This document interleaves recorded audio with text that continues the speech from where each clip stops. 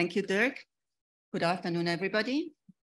I'm going straight to my presentation about accessibility and accessible tourism.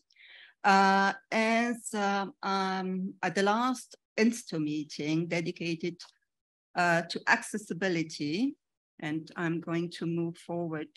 Yes. We insisted that DMOs around the globe required common concepts so all tourism players would speak the same language. We saw that the lack of standards resulted in confusion and often in an unsatisfying experience and no return decision by customers. The ISO standard 21902 on accessible tourism for all, published last year in 2021, targets the entire tourism value chain and the industry's support sectors. Its particular focus is on the service provision. A unique feature of the standards is also that it also addresses the public sector in general. NTAs and DMOs in charge of policies and strategies do have a decisive role to play in altering the status quo. WTO and its partners, which are the ONCE Foundation and the Spanish Association for Standardization, UNE, who are the three key partners in developing the standard, are currently incentivizing its implementation.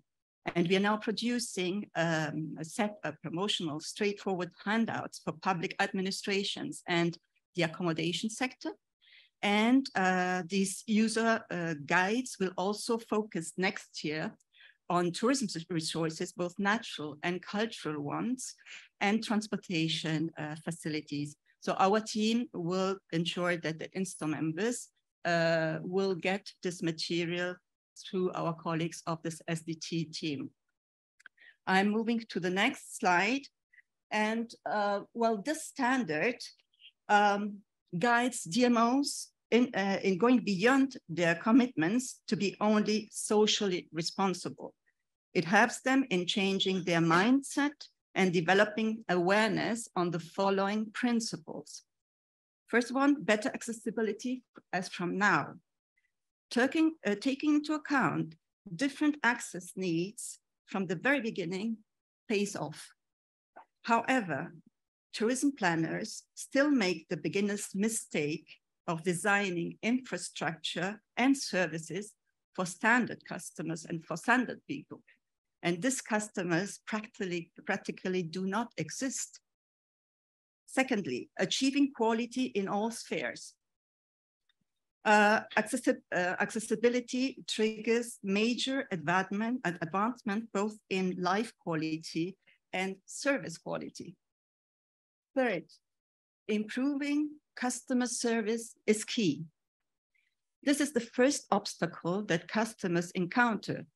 Training and exposing tourism professionals to real life case scenarios is a game changer. Fourth, measuring and documenting. As long as there are no global statistics and the methodology to size up the accessibility tourism market, it's more challenging to prove all the benefits. Especially once a destination starts implementing accessibility, these needs to be systematically documented in a process. And finally, integrated planning and budgeting. Accessibility should be a key component of any destination strategy. Especially dedicated budget should be set aside, but still integrated into the overall budgetary planning of the destination. And I'm moving forward to the next slide.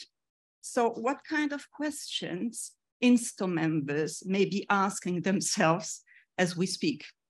Well, the first question is how to use accessibility standards. Was these tools should not be perceived as mandatory or burdensome. Something wrong?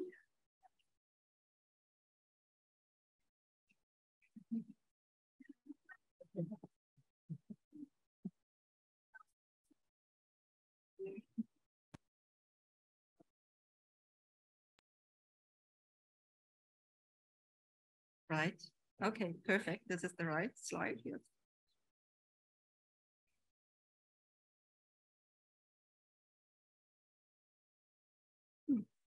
All right. Okay, how to use accessibility standard. So this standard, this tool should not be perceived as mandatory or burdensome. They should be rather taken as guidelines to inspire specific actions. Second question is, what market data is scarce? We need the same data as for any segment, yet this market is not a niche. Customers with disabilities are found everywhere and among all demographics. Now, how to provide key information? Well, there's no point to providing information on the accessible tourism offer if it is not facilitated in accessible formats and platforms. Stating that we are 100% accessible is also mistaken, since customers should be able to decide what works best for each of them. Next question is, which staff gets to be trained? Well, not only customer service staff should receive training, all support service personnel and executive level tourism professionals should receive capacity building in relation to their respective responsibilities. And finally, how to develop indicators and measure return on investment. Well, each destination requires its own assessment and priority setting in terms of accessibility investment. So that they will be able to suggest indicators specific to their context.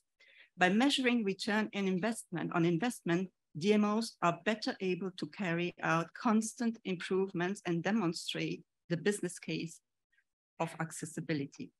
Now, I would like to present or to showcase 3 good practices which illustrate accessibility. Which one is this? It's not moving. The first case is Turismo Portugal. The efforts of Turismo de Portugal are aligned with the national regulatory framework. The latter encompasses the strategies for the inclusion of persons with disabilities and for the accessibility in museums and monuments. There is also a set of accommodation classification requirements on accessibility, which is enforced. Turismo de Portugal has been delegated to represent the national standardization body in the elaboration of all the ISO standards in tourism. The new standard on accessible tourism has also been translated into Portuguese as a key step towards its implementation.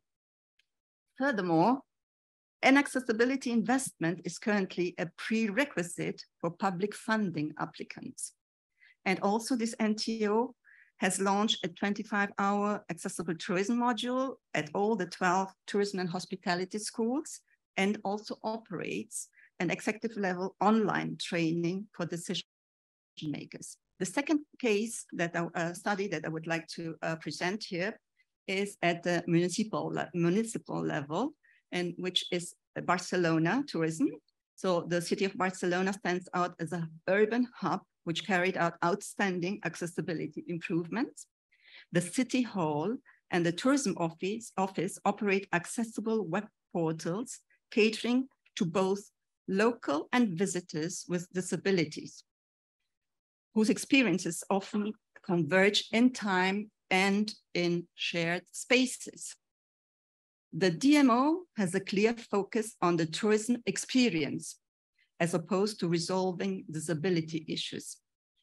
There are 153 accessible subway stops out of 165, which exceeds the 90% of the network. The information on support services, orthopedic shops, and aid devices is strategically promoted on the web. And finally, accessible sports facilities are likewise promoted with a hint to the Olympic history and the aspiration of visitors to maintain a healthy lifestyle during their stay. Now, I would like to add that both Portugal and Barcelona have been granted the Accessible Tourism Destination International recognition in 2019, launched by UNWTO and our partners from the disabled people's organizations. And after being put on hold during the pandemic, UNWTO is going to resume this competition as from next year. And the last case study is the National Park of Iguazu, where accessibility improvements have been made to reflect physical, functional, and social integration promoted by the government of Argentina. Until now, 90% of barriers in this complex natural setting have been addressed or removed, so more visitors could admire the scenery. Safety and protected areas is an important element that has been taken care of in Iguazu when implementing access for all. Rugged natural landscapes can suppose additional difficulties when ensuring safety for all visitors, including those with specific access requirements. Interpretation facilities for different abilities, and here we speak eventually of abilities and not disabilities, have been put in place. They especially interpret geological and biodiversity features for blind visitors. But how do we interpret accessibility of cultural heritage when there are defined heritage conservation criteria and complex monumental attributes? Or how do we ensure that accessible interpretation, for example, of historical fountains from the Renaissance period? Golf carts can take visitors through the lanes of the gardens of Villa d'Este in Tivoli, Italy, but how do we interpret the intricate sounds of gushing water?